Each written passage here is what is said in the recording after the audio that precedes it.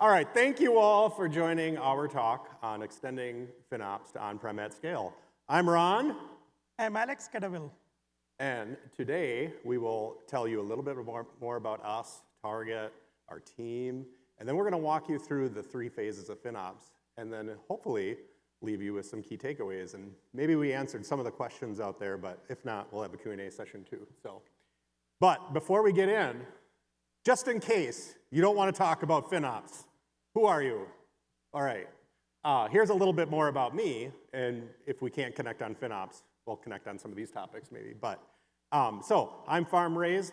I'm 6 of 7, the first and last person to ever probably do that on stage here at FinOps X, with 3 brothers, 3 sisters, 3 kids of my own, and a small zoo at home, including a dog, a cat, and 140,000 bees. You see, because, hey, all right, we got some beekeepers or bee lovers here, because for fun, I actually have a small hobby farm, and I keep bees, but I steal the honey.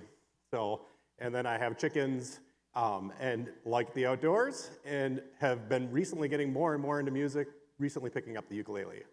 But it's not all fun. I work very hard for that fun. And professionally, I've been at Target for 18 years. Started off as an individual contributor role, and now worked my way to leading the FinOps team. And fun fact, Alex and I attended FinOps 2022, the first one. Do we have any other 2022ers here? All right, there's a couple of you. All right, good. Okay, with that, I'll turn it over to Alex. Yeah, I'm Alex Kadavil. First of all, I don't have a zoo at home. And okay, I live in Minnesota, and I've married 3 kids for fun, not as exciting as him, but I do travel a lot. I like to go places, and then I do, like, during summer, grilling, smoking, and doing a bit of gardening, because we have in Minnesota very limited time, so we do some kind of gardening. Professionally, I've been with Target 25 plus years, and today I'm a principal engineer in the FinOps practice. All right. Well, there's one more person that is not on stage, but you'll see him throughout the deck here, and that's Larry. Larry was born in Pixel Plains. He has a dog named Java. Professionally, he started at Target as an intern and has recently been promoted as a senior engineer. Larry also likes to have fun. I think maybe not as much fun as Alex gives himself credit for, but he likes to play VR games and participate in hackathons. And Larry's whole mission in this world is to really solve problems using code. But Larry's world is a pressure cooker. He's constantly getting bombarded by requests for security, cost, and then also obviously the product backlog. So his world is overwhelmed. But Larry is one of the 5,000 plus tech workers at Target. And so for those of you who are not from the United States to know about Target, Target is a large discount retailer. We have over 2,000 stores, 51 distribution centers, and over 400,000 team members. Fun fact, 75% of the US population lives within 10 miles of a Target store. And this happens to be one of our San Diego stores. So thank you, San Diego. All right, now that you know about Target and ourselves, how about our team? So our team is the Showback team, and we live in infrastructure because where our journey began was really public cloud. And at the time, the public cloud bill was paid by infrastructure. But now you can see that we've extended that out to data platform, we have security, and if you look close, we're here to talk about private cloud, right? And so we have a private cloud scope. And when we look at our services themselves run in both private and public. So we think of these scopes as multidimensional and intersecting.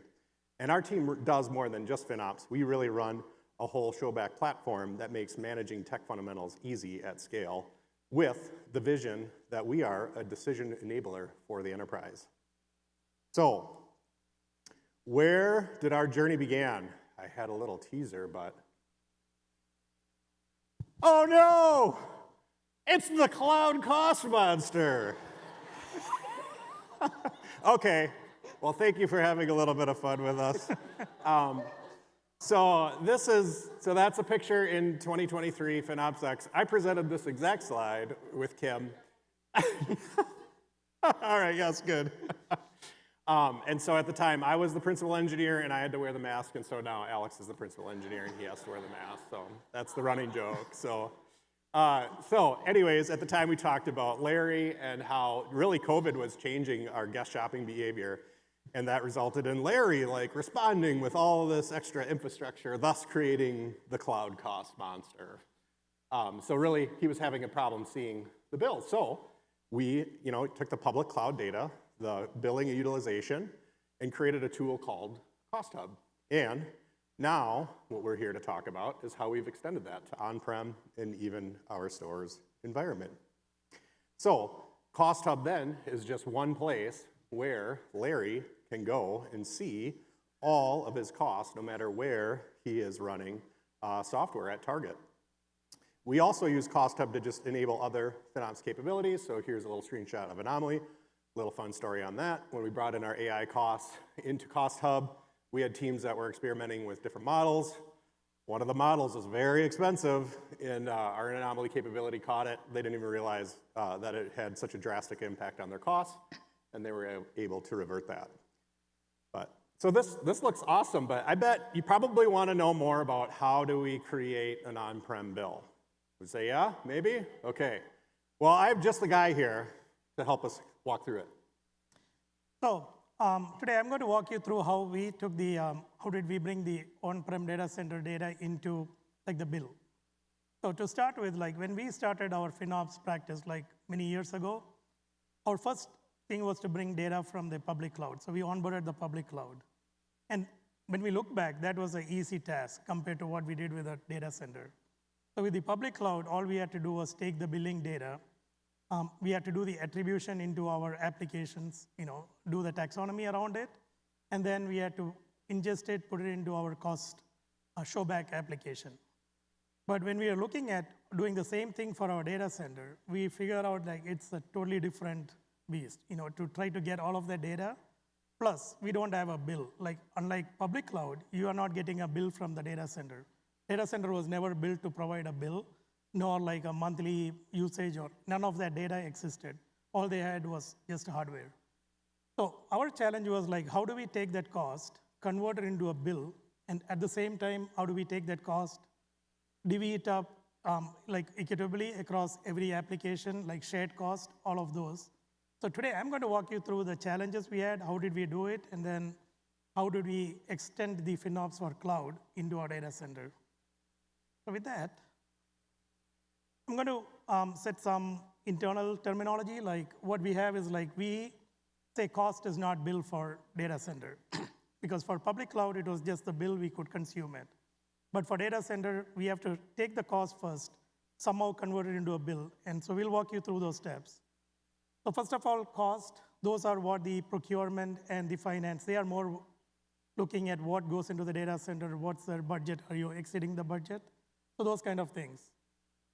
One persona I want to introduce here is a service owner. So this is very critical in our solution because service owners are the teams which own the services they are going to provide to the teams, to the product teams, like our engineering teams. So for example, I can go through is a database team. So a database team, they will provide multiple services. They might give a Cassandra service, a Postgres service, and so and so. So we treat them as a provider, and then they provide you multiple service. And internally for us, since we operate both on the public cloud and in the data center, the service owner is responsible to see which service is cheaper, which is a better offering to give. Is it cheaper to offer it from the data center or from the cloud? So if our end user team needs Cassandra, do they offer it from the cloud or do they offer it from the private? Or it could be from both. Now, they are also responsible for setting the price of that service. I'll go through that in more detail later. Finally, this data, once we convert this, we make it a bill, and that's what the end user, the teams see on the cost hub. Now, one thing is what principle we follow is we will only show things which can be controlled by the end user. So when we convert things into bill, for example, we will not show a bill for power or water or things like that. So those will be all rolled into the pricing when the service owner sets a price. So we want the end user to have control on what they can tweak or change so that they can be better users. So next. So here's some, a little more detail into like how we define the cost. So generally for data center or private cloud, what we are doing is we are taking the hardware cost, any software licenses, anything which has been attributed to that data center, power cost, labor, all of those goes in there. Whereas you can see in the public cloud, it was just the bill. Now, like I said, like the customer, when they see it, they see detail of that, and we did also, I'll go through that, but we did break it down to CPU memory just like we do for cloud. And then this data is shown daily so that they can see their usage. And one more principle is like we keep the bill accurate. We don't inflate it. We are not a profit center. So we take the actual cost, convert it with all those shared costs, and make a price for their service. Now, going through, like I said, our service owners are very critical in our solution, so they have some initial responsibilities. So as we onboard a provider and we help them identify their services, and once they know what services they are providing, then they have to set that up. And then we also want them to identify their lowest grain, how they want to measure. So when I say the lowest grain, that's like where you can measure, allocate, and bill. So there, for example, a workload could be like a CPU part of it, right? So that's what we help them identify because they need to price that. Next, we go through like a meter registration process where, for example, like they have to decide their resource. So I'll go through like, let's say it's Cassandra. It sits on a VM. So they break it into CPU and memory and storage. Now, when they create meters, they'll create it as a CPU meter, but the meter would be one more level, would be a requested meter or a usage meter, or it could be both. Because we need usage and requested for utilization calculation. So we have those broken down by meters. Now, one thing if you see in that picture, like you see those pink, those are what we call our universal taxonomy IDs. These are tags which go into the billing. And that's basically like every resource within Target has a CI associated. It's a taxonomy ID. That way we can, and then we have a big hierarchy we call the blossom, where we can say like this taxonomy goes to this product group, to application, to portfolio. So that hierarchy is already established. So any workload which gets deployed either in the cloud or in the data center will have a taxonomy there. Now in this case, like when they set up a service, the service itself will have a taxonomy. And any workload which that service provides will also have taxonomy of the application team. So that way we can say like Cassandra as a service costs X dollar, but the users within that service, like multiple teams, each team gets how much of that cost, because those CIs will translate to their application. Now finally, they set the price. So, and I'll go through how they set the price, but they will have to provide a price for each meter. And that's what they do finally. So one thing with this service, like you can see, it's not a one-to-one relationship, it is a graph, which means like when you look at this, like we have a tier 0 at the bottom, which is our data center, which is where our physical hardware resides. But above that, we have like the infrastructure as service, where these teams, like there's a compute team, there's a network team, there's a storage team, they provide service. So their service would be just a compute service, which could be CPU service and memory service. But then the platform as a service team, it sits above them. Like I said, like the database team, when they offer Cassandra, they actually use in turn the underlying services. But at the same time, we can also cost attribute, because we know each of these services has a CI. So as we go up from bottom up, all the cost will bubble up to the application level. We don't charge in between, but we can always know like at each layer what was the cost and how much it added up to the top. Finally, okay, so here is how they established the cost, or this is how we did at Target. So we took all the capital investment over a 5-year period, because normally we cycle our hardware every 5 years, so we did that 5-year. We take all the operational costs, the network costs, whatever, really all the costs which went into the data center. We take that cost, and then we average it out over a year. And then what we do is like the service provider, because like you have a whole lot of hardware in the data center, but your Cassandra may be operating on X part of that.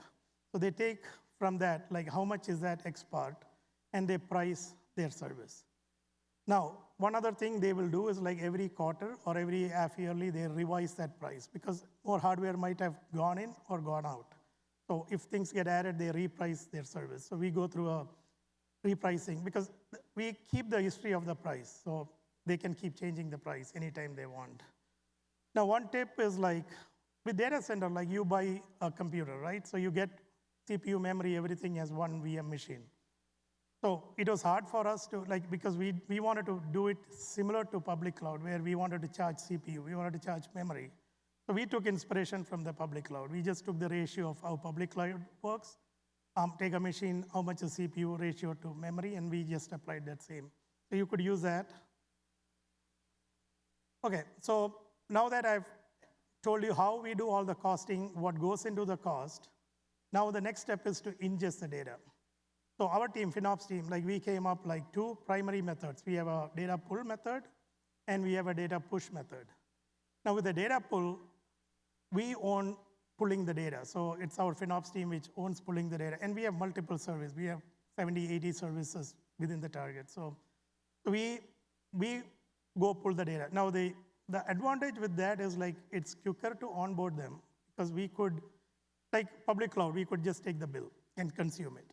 Or sometimes even with data center, we have like measurement pipeline where we could get a lot of data what we want from the measurement pipeline. So it's faster. We can, speed to market is there, low investment, but the trade-off is like we end up owning that, pulling the data. So if something is broken, we own fixing it. So there's a lot more overhead for us. So we prefer a data push where the service owners own sending us the data, which takes more time because as we work with them to onboard, then they have to have resources allocated to build the pipeline to send the data to us. Now, we prefer that because then they have more control. So if anything changes underneath, like their technology change, they still know how to send the data to us. It's a higher lead time, but it is a better long-term approach. Now, either way, we have a meter schema. So that's one of the fundamental thing in our schema, like we have a meter schema. So either it's a data pull or a push. They've conformed to the meter schema. So whoever sends data, everybody is consistently sending one schema data. So here's an example of our meter schema. It's like some snippet of some part of it. I don't know, you can see. Okay. So ideally it says like which environment is the data coming from, and then we have cloud type, which says it's private or public. Because we use the same schema for private or public, like we don't have different schemas. And then there's a consumer ID, that's where which is a workload. So this would be like Cassandra, XYZ, your cluster name. And then the taxonomy ID, which I showed you, like that pink one. So that's where it attaches. And then like what kind of a meter it is. And like I said, we have around 400 different meters in our system. So this could be like a meter one, which is CPU and its usage. And then the metrics for that, like we collect average, max, min, all of that for a day's time. And then once we get that, and like I said, we don't get in the meter data like the price. The price is set outside because we could change that price anytime. So we take that from the dimension, like there's a meter price, and that's what calculates the bill at the end of the day.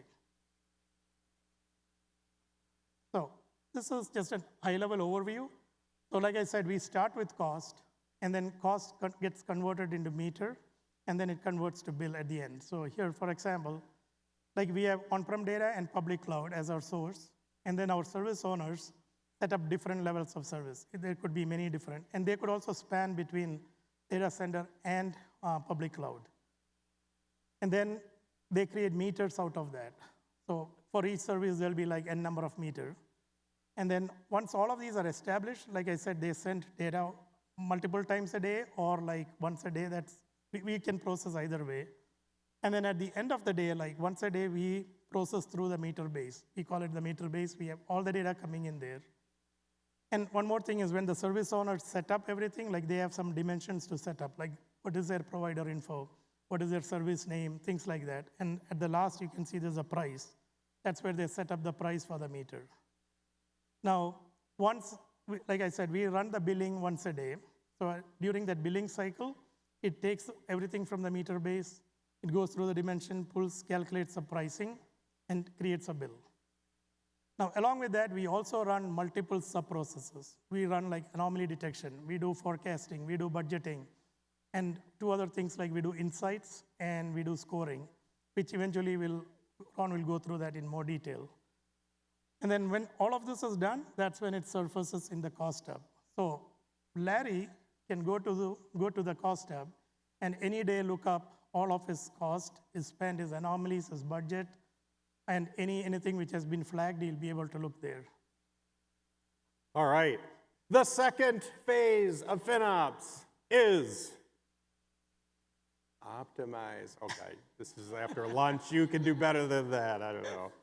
All right, so that was the problem, though, that Alex was talking about, is Larry has to go to Cost Hub to find these optimization opportunities. So what we did is we extended that. We built another platform called Showback. We took our Cost Hub data. We worked with our service owner personas to establish good and bad usage patterns out of that data. That creates very detailed insights. But those insights are still a lot for Larry to really understand. Again, Larry's world is a pressure cooker, right? We want to make this really simple for him. So that those insights get aggregated up and scored in a very simple way. So Larry knows whether he is at or below goal. And Larry only has to worry about one number. And then inside of Showback, when Larry wants to go see which insights are the things that would make the biggest impact, Larry can go there, and no matter where Larry is running code at Target, he has detailed insights.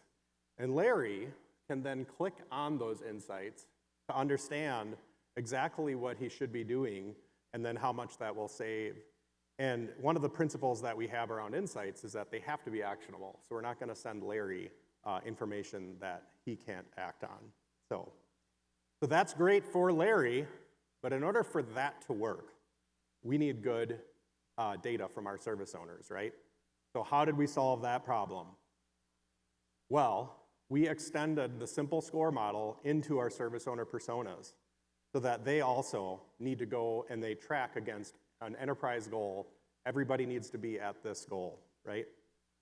So what our optimization rules start to look like broadly, this is not a comprehensive list, and some of them overlap a little bit, but at the top you can think of these rules around, are you utilizing resources and are you aligned to value? And Alex, I think, is going to go into a little bit more on those. Those are really like product engineering centric types of rules. And then at the bottom half there, you'll start to see some of the service owner rules, which is, are you doing a good job of mapping your customers? Are you staying within ratio of cost to bill? Because again, we're not using dollars to influence. We want to be accurate, and so we want our service owners to actually bill accurately so that everybody has good information. But I'll bet you'd like to know maybe a little bit more about how we would calculate a opportunity. Yes? Is this interactive? All right. I am just the guy to do this. Yes. So here's an example. Like this is one of the service owner is set a rule to say like their CPU usage has to be within a certain limit. For example, here, you see that 25% line, the red line, is what the service owner wants in the data center to be, at least every VM running should have at least 25% CPU. Now, this seems very low compared to public cloud, but with data center, because it is not elastic, we wanted to set a low bar to just start with. So that's at 25%. Now, what we do is, like I said, like every day we ingest all the data. So we have the usage data coming in every day. And what we look at is like the max of the 14-day or a 30-day, depending on how the service owner wants us to look at. So that's the hourly max actual. Now the gap between that service threshold and the hourly max is what we call the opportunity size. So ideally, if they were hitting above the red line, then they are good, according to us. But if they are below that line, that gap is what the opportunity size. Now what would happen is that opportunity size now would turn into like opportunity cost. So what we do is we take a calculation, we take the opportunity size, multiply it by the price, and that turns into dollars. Now, the higher the gap, higher the opportunity cost. Now, one rule is like all our rules will end up with an opportunity cost. But that doesn't mean it will show up as an insight because we have other levers to control. Like we don't want to show like 2 cents saving, 5 cents saving, you know. So when we did this, like, we started with these rules. Like, our first version was like, remember Ron was saying, like, we do a credit score, like our best score is 850. We have set 300 as the lowest score, so if you're very bad, you still get 300. But anything between that is like your variable number. So our first version was like for every dollar opportunity cost, you lose a point. So if you had like $550 worth of wastage, you would be like at the 300. So that's not a good score. Now, this worked for most of the teams, but within Target, there are some apps which are like highly spent because of the nature of our business, like they are front-facing. So they tended to be always at the lower score. And because we are looking at CPU and memory and other resources, which didn't work for them. So our second iteration was like we reduced that point system and we brought in the good use. So if they have some like good behavior, then we gave some points to that. And what I call like good behavior is like if they have their logging bill is X percentage of your CPU bill, then you get some brownie points like within that. So there are some good use case.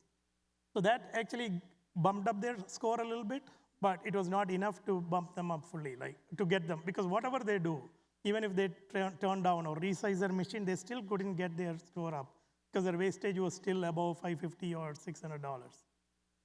So the final, very recently we introduced something called value scoring. So what that is like we are allowing the teams to bring in their metric. So for example, like I said, these high spent applications, they scale up because of TPS, like transactions per second. So if you have more traffic coming into the target, then they scale up automatically. So what we said is you bring us those metrics. So they bring in their metric, like the TPS, and then we gauge them against the metric. So if we say like, oh, when you are at 1 million transactions per second, your scale is this much. If it is 2 million, then your scale is higher. You can spend more, that's okay, because you're now catering to that transaction. So with that, it actually elevated, like the teams get a better score because now they are bringing the measure and then we are measuring against that. So in that process, we also do is like we take their measure, we forecast it out, and then we take the upper bound of that number. That's how we measure it. So in this screen, you can see like this is an application which we onboarded with the value scoring. And typically you would see like those red dots across every day, ideally, but in this case, like there's only a few days where they were little overscaled than their TPS calculation. So those are the days they were like a little bit more overscaled. Now, one other thing is like when we introduce this values scaling, we measure against that. We don't actually do it against the resource anymore. But we do show them that because then they know what are the measures they want to go tweak better. All right, we're almost there. The last phase of FinOps. Operate. All right, it's getting a little bit better. All right, so then how do we actually operate this at scale, right? We're gonna bring you back to the idea of scopes. So we have very key stakeholders in these scope groups. We can meet with those stakeholders, and then we can go through them with the 3 phases. So inform, we can talk about their budgets, their forecasts. What are their customer scores and trends? And then in optimize, we can take a look at what their own scoring is doing as well as anomalies. And then lastly, we want to make sure that, are we missing anything? Are there any sort of strategy updates that we might need to tweak to make these rules work? And there will be exceptions to that. So when we look at how we think about our KPIs from practitioners, there's really kind of 3 core ones. So the first one is cost. So we started at public, we added private, stores, and we still have ways to go, right? So we're kind of continuing to chase more dollars into the system. The next one that follows is, are we allocating those dollars out, equitably to the next customer? And the third is the secret sauce with score. And you can kind of see above the line there's like the amount of billing that we have in the system, and we want to continue to chase a larger part of our bill because ideally we want to score every single dollar that comes into the system. That's kind of like the goal. But you can see there's actually a below the line thing. And that's the exceptions, and those tend to be for us like the kind of the edges of the curve. If you think about like things like mainframe, it would be a lot of work to kind of like map customers and stuff. We just know that that's tech debt.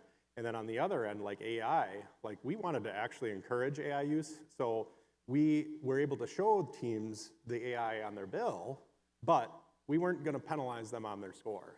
So And that actually is kind of a nice secret sauce to how we really, I think, align very well to the FinOps framework around maximizing business and tech strategy, because we're not using dollars, we're using score, and we have the ability to kind of control that across the enterprise at scale. So what does that do? That makes Showback easy, right? Yay! Okay, well, we wanted to put this in here, a quick plug. We won a Globee last year because they had not seen other companies doing this kind of work. So we wanted to include this fun little blurb here on that. So we're almost there. So lastly, this is our kind of our key takeaways. So these are just like a lot of the little boxes that you saw throughout the presentation here today, but bills only have things that users have control over. So if you think about us wanting to show a user a bill and then wanting them to give them actionable insights and levers they can pull, we want to give them levers that they can pull. So that's basically one of our principles. Alex talked about the inspiration from public cloud about splitting up resources. And then also, maybe on that note too, somebody asked the question around comparing for public and private. I mean, that's one of the also reasons why we do that, is because we want to compare public and private. So we try to keep parity with how we're doing billing. Don't do this alone. FinOps is a team sport, right? So you want accurate bills. You want your stakeholders involved so that your customers trust your data. You may find challenges in inelasticity in the data center, or like say capacity. You talked about capacity. The rule system, service owners have control over how they can control those. So, but you're going to find different challenges in your data center. And then, it'll be interesting to see, especially with the cost of data centers these days, how this all plays out. But you're going to find, I think, like additional value out of having insights into this data for your own data center that you can take advantage of. And then we found a lot of, our system kind of self-incentivizes at least large teams to pivot towards value. So we're kind of trying to get them to move more and more towards value. Think how important that's going to be with AI and everything else. Like, that's the Rosetta Stone for FinOps. So you want to kind of continue to chase that value signal. And then simple's awesome. So we use the simple score model no matter which persona. So one goal for everybody. And then lastly, to kind of take us all the way back home, the scopes are just not one dimension. We think of them as intersecting and multidimensional. So with that, I think we are at the end of our presentation. All right. Got to take a bow. Oh, all right. Yeah. That was a really good presentation. Thank you. I personally learned quite a bit. I'm right here. Oh, hi. Right here. Hi. Hi. I have lots of questions, but I'll limit myself to 2. Oh, okay. One, the cost score. I love the simplicity of it. Would love to hear more about how you rolled it out, how it was received, how long it took you to get buy-in and all of that. And the second thing is, through the course of the presentation, you started off with the cost score, then later talked about service score, customer score, other things. And so curious if you have more than one score as well that you track against. Yeah, so the score, I mean, we had some precedence with score. So a score is a concept and a goal that we use to influence usage behavior. It took, typically how we rolled it out is it rolled out in beta form for a year, and then it went live. So teams could see what their score was gonna be. And so like the ongoing cadence for score is that by like Q3, there are gonna be a new score with new different models and other things with those behaviors. The teams are gonna see that in advance and then know what the impact's gonna come, and then come that next year, that'll be part of their goal. There are some things that we can tune throughout the year on that. So, and the second question, sorry, it was, oh yes, more than one score.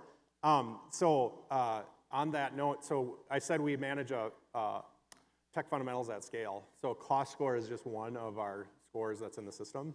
So when we talked about all of the cost stuff, that is all cost score. So like we have one cost score, and no matter which persona of your product, you're gonna have a cost score. If you're a service persona, you're gonna have a cost score. But we do have things like reliability score. We had tech debt score. There's a number of different kind of capabilities that will continue to leverage this enterprise goal, because then that just makes it easier for us across many capabilities to like have the same operating model for everybody. Everybody's just trying to get to this goal of 7, your score goal. So does that answer your question? All right. Who's got the mic, or how do you do this? Okay, here. Right here. All right. So Two-part question. Does this model extend to resources that you might have on location in your stores? Yes. Yeah. So, yes. And, our store service owners want to influence usage behaviors even more so. It's actually more capacity constrained to Carl's question earlier. So they were, when we actually pulled them in, their first question was, where are we? Like, we pulled in like this general platform, and they're like, we want in like right away. So yes, so it extends out there. Now we have, do you want to talk more about Yeah, that? we have additional fields in our metadata which says even if it's private, like where does it come from? So we have like stores or like warehouses. So we have those fields, so we can go deeper, and so we can bring in the same data into the same meter schema. So the stores would have a different taxonomy than the Yes. data center? Yes.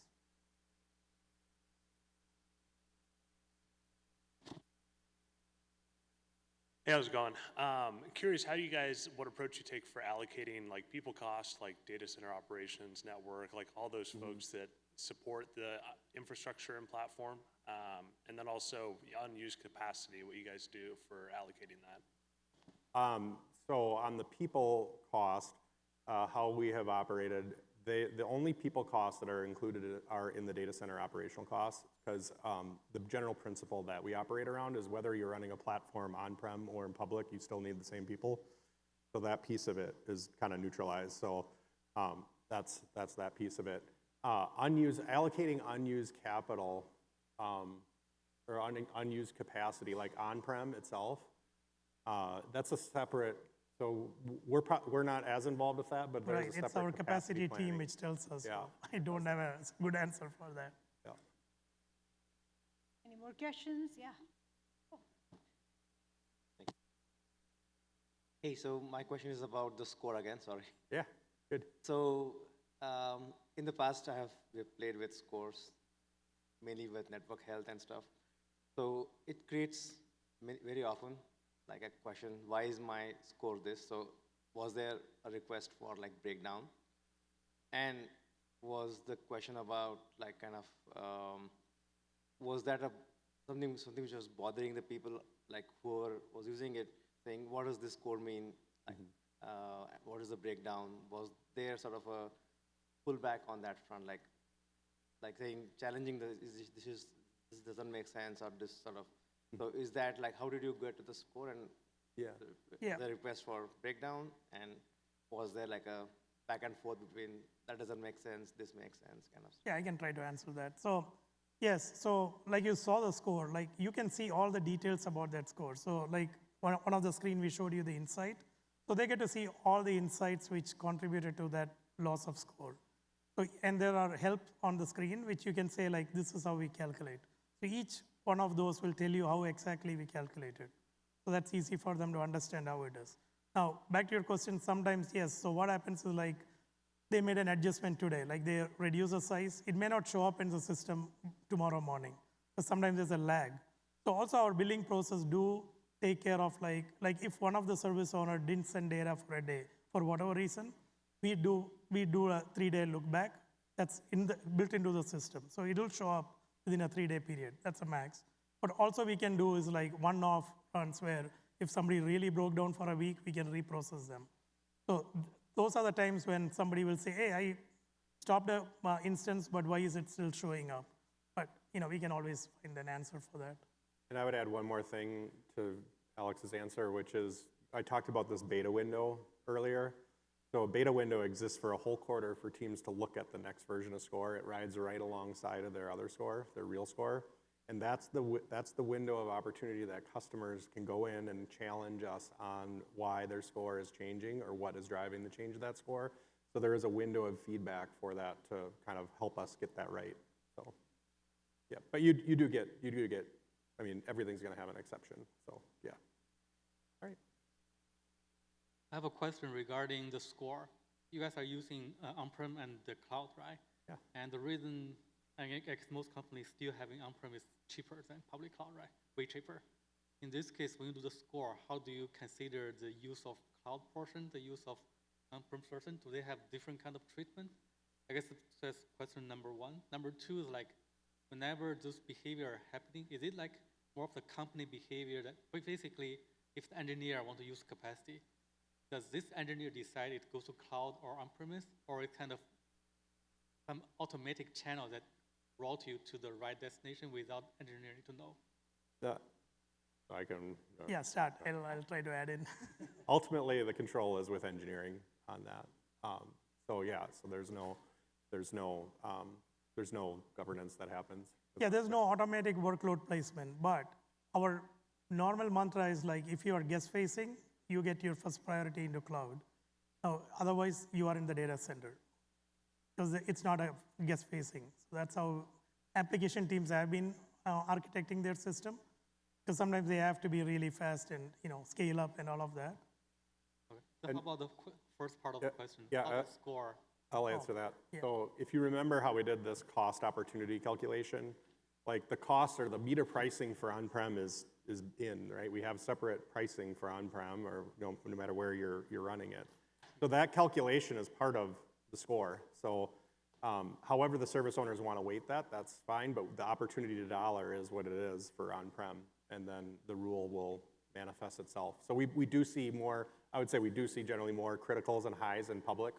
There is usually a higher opportunity cost there, but there are still opportunities that manifest inside of our on-prem data center too. Yep. Right? I have a question about the on-prem costs. Hi. Given that you're dealing with fixed costs for an on-prem infrastructure and your usage is variable, why did you go with the metered pricing option? Do you see a lot of variability in the daily costs? And then why did you maybe not go with a seat cost model? And what drove the metered approach?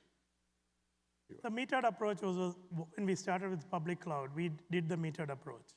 We didn't want to have a separate method for data center, because it would fit in. It's the same meter schema, except, and for public cloud, we are not setting a price because we get it in the bill.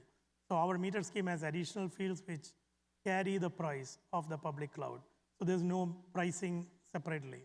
Whereas for the private cloud, then the service owner will set a price, and that is what they calculate.